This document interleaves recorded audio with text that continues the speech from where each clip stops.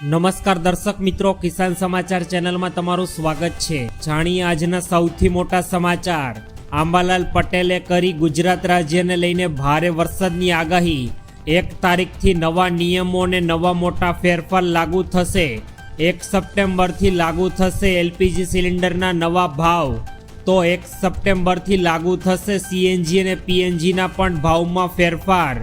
અને 1 તારીખથી નવા નિયમો લઈને મોટા ફેરફારો લાગુ થવાના છે। બેંકમાં રજાઓ અને અન્ય સૂચનાઓ વિશે પણ આપણે આજે જાણીશું, તથા રેશન કાર્ડમાં મળતા ચોખાઓનો જથ્થો સરકારે ઘટાડ્યો। મહિલાઓ માટે છે આ મહત્વપૂર્ણ બચત યોજના। શું છે રાજ્ય સરકારની પશુપાલન યોજના અને ખેડૂતોને દેવા માફી અંગે મોટો ફેસલો? તો દર મહિને મળશે 1200 રૂપિયા। આ તમામ નાના મોટા સમાચાર જાણીએ તે પહેલાં કિસાન સમાચાર ચેનલમાં નવા હોય તો મિત્રો ચેનલને સબસ્ક્રાઇબ કરીને વિડીયો લાઇક કરી દેજો। આજના સૌથી મોટા સમાચાર। ગુજરાત રાજ્યને લઈને હવામાન નિષ્ણાત આંબાલાલ પટેલે ભારે વરસાદની આગાહી વ્યક્ત કરી। આજે ગુજરાત રાજ્યમાં સાર્વત્રિક ભારે વરસાદની આગાહી હવામાન વિભાગ દ્વારા કરવામાં આવી છે। દક્ષિણ ગુજરાતમાં અતિ ભારે વરસાદની પણ મિત્રો આગાહી કરવામાં આવી। રાજ્યમાં વીજળીના કડાકા ભડાકા સાથે પવનો ફૂંકાશે અને અત્યારે ગુજરાતના દરિયાકાંઠાના વિસ્તારોમાં LC3 સિગ્નલ લાગુ કરી દેવામાં આવ્યો છે। તેમજ ગુજરાત રાજ્યમાં આગામી 3 દિવસ માટે માછીમારોને પણ દરિયો ન ખેડવા માટે સૂચના આપવામાં આવી। ગુજરાત રાજ્યમાં 40થી 50 કિલોમીટરની ઝડપે આવનારા 3 થી 4 દિવસમાં પવનો ફૂંકાશે। અમદાવાદમાં તો ગાજવીજ સાથે સારો વરસાદ થવાની શક્યતાઓ અત્યારે જોવાઈ રહી છે, તો દક્ષિણ સૌરાષ્ટ્રમાં પણ ભારે વરસાદની સંભાવના જોવા રહી છે। રાજ્યમાં અપર એર સાયક્લોનિક સર્ક્યુલેશન અને મોન્સૂન ટ્રફ સિસ્ટમ સક્રિય થઈ હોવાને કારણે ભારે વરસાદની આગાહી વ્યક્ત કરવામાં આવી રહી છે। ગુજરાત રાજ્યમાં આવનારા મહિનામાં 3 થી 4 દિવસ દરમિયાન ભારેથી અતિ ભારે વરસાદની આગાહી વ્યક્ત કરવામાં આવી છે। ત્યારબાદના અગત્યપૂર્ણ સમાચાર। રેશન કાર્ડ ધારકોને મળતા ચોખાનો જથ્થોમાં ઘટાડો। રાજ્ય નાગરિક પુરવઠા નિગમ દ્વારા મિલેટ એન્ડ ફૂડ પ્રોત્સાહન આપવાના ભાગરૂપે મદદ કરવામાં આવી હતી, અને જે ફરી એકવાર રેશન કાર્ડ ધારકોને 2 કિલો બાજરીનું વિતરણ કરશે। તો જોકે આ માટે કાર્ડ ધારકોએ દર મહિને કિલો ચોખા મળતા હતા તે ઘટાડીને સરકારે હવે 1 કિલો કરી નાખવામાં આવ્યા છે, જેને કારણે ગુજરાતી પરિવારોમાં ચોખાનો ઉપયોગ વધુ થતો હોવાથી અને પરિવારો માટે અત્યારે સમસ્યા સર્જાઈ છે।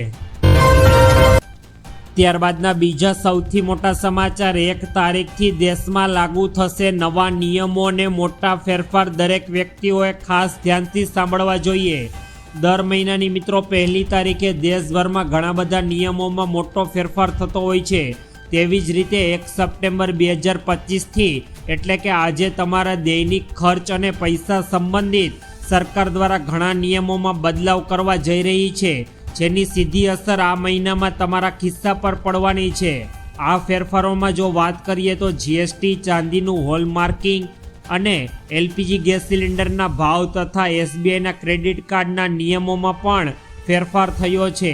સરકાર દ્વારા જનધન ખાતા ધારકો માટે કેવાયસી અને આવકવેરા રિટર્ન ફાઇલ કરવાની તારીખ પણ સરકાર દ્વારા જાહેર કરવામાં આવી છે।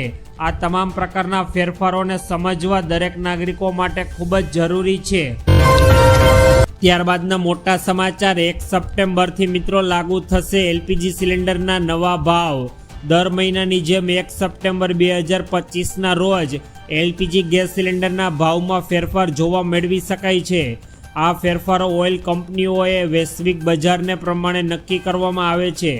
ગયા મહિને 1 ઓગસ્ટના રોજ 19 કિલોગ્રામ કોમર્શિયલ એલપીજી ગેસ સિલિન્ડરના ભાવમાં 33 રૂપિયા અને 50 પૈસાનો ઘટાડો આવ્યો હતો, પરંતુ એલપીજી ગેસ સિલિન્ડરના ભાવ એ જ રહ્યા હતા।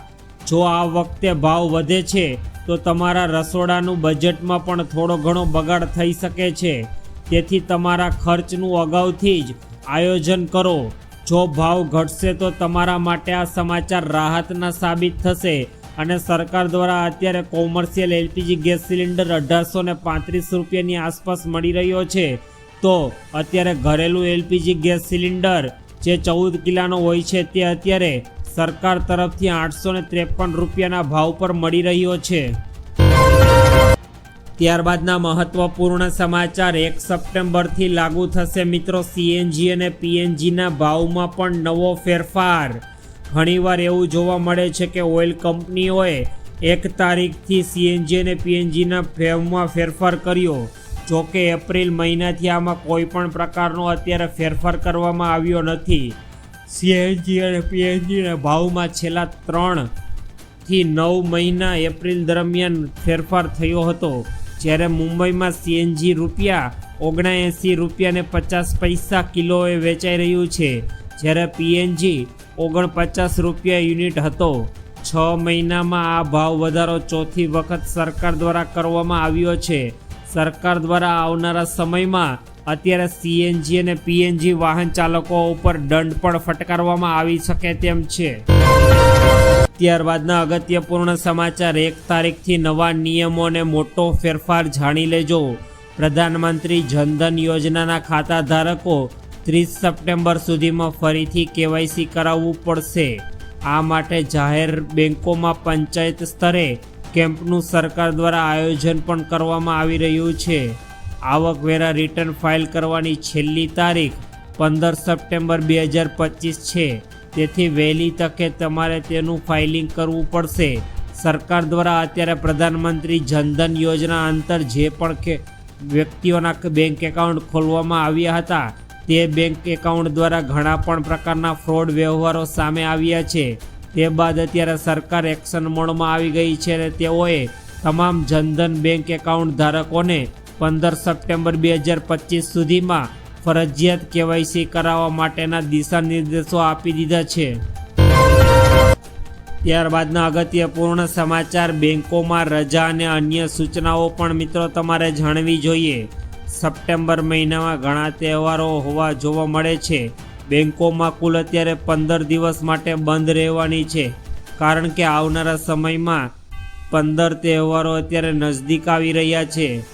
જો તમારી પાસે પણ બેંક સંબંધિત કોઈ પણ કામ હોય તો તેની રજા માટે અત્યારે તમે સંપૂર્ણ રીતે હિતાવહ છો અને સરકાર દ્વારા પણ અત્યારે બેંકોમાં કઈ તારીખે રજા છે તેની અત્યારે ઓફિશિયલ કોઈ જાહેરાત કરવામાં આવી નથી.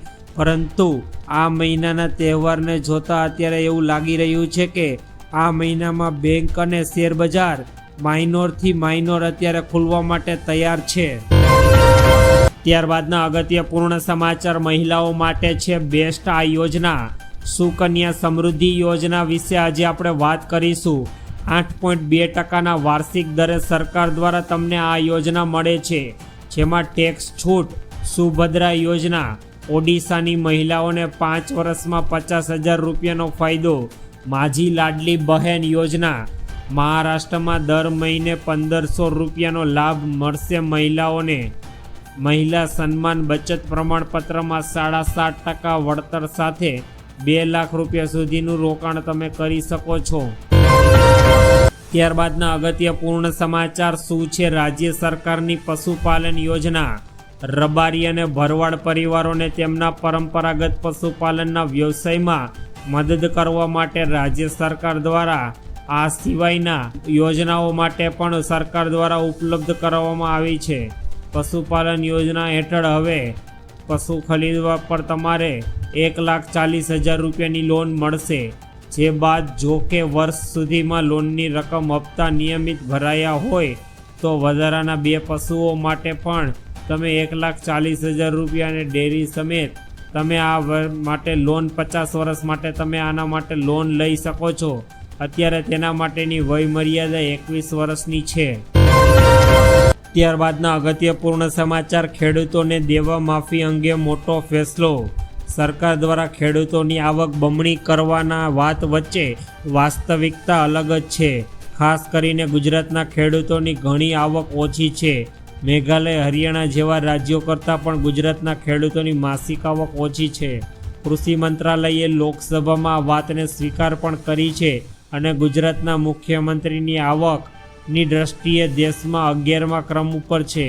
ઉપર ફોટોમાં અન્ય રાજ્યોની સાથે અત્યારે મોદી મુલાકાત કરી રહ્યા હોય તેવું દર્શાવવામાં આવી રહ્યું છે.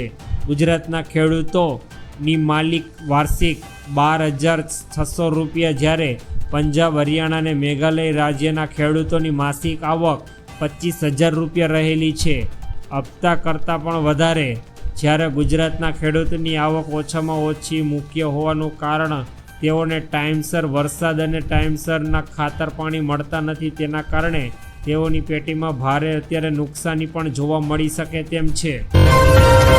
ત્યારબાદના ખૂબ જ અગત્યપૂર્ણ સમાચાર. દર મહિને 1200 રૂપિયા પેન્શન. ગુજરાતમાં વૃદ્ધ વડીલોને સરકાર સામાજિક ન્યાય અને અધિકારિક વિભાગ કામ કરે છે, જેમાં સરકાર નિરાધાર વૃદ્ધ પેન્શન યોજના ચલાવે છે. પેન્શન પાત્ર લાભાર્થીઓને માસિક રીતે સરકાર દ્વારા સહાય ચૂકવણી કરવામાં આવે છે. 60 થી 79 વયની જૂથના લોકોને દર મહિને 3750 રૂપિયા, જ્યારે 80 વર્ષથી વધુની ઉંમરના લોકોને 1000 રૂપિયા મળે છે, જેમાં 500 રૂપિયા રાજ્ય સરકાર દ્વારા આપવામાં આવે છે, જ્યારે બાકીના પૈસા અત્યારે VXCની શહેરની જાહેર વિતરણ વ્યવસ્થા અંતર તમને મળી જશે. અરજી કરવા માટે ગ્રામીણ વિસ્તારોમાં તમારે અત્યારે તેના માટે અરજી કરવી પડશે. ત્યારબાદ સરકાર દ્વારા તમને સહાયના પૈસા તમારા બેંક એકાઉન્ટમાં જમા થશે. ત્યારબાદના અગત્યપૂર્ણ સમાચાર. ચાંદી ખરીદતા હોય તો સાવધાન થઈ જજો, મોંઘી થશે. અત્યારે હવે સોના પર જ નહીં પરંતુ ચાંદીના ઘરેણાં તથા સિક્કાઓ પર પણ અત્યારે હોલમાર્કિંગ ફરજિયાત કરી દેવામાં આવ્યું છે.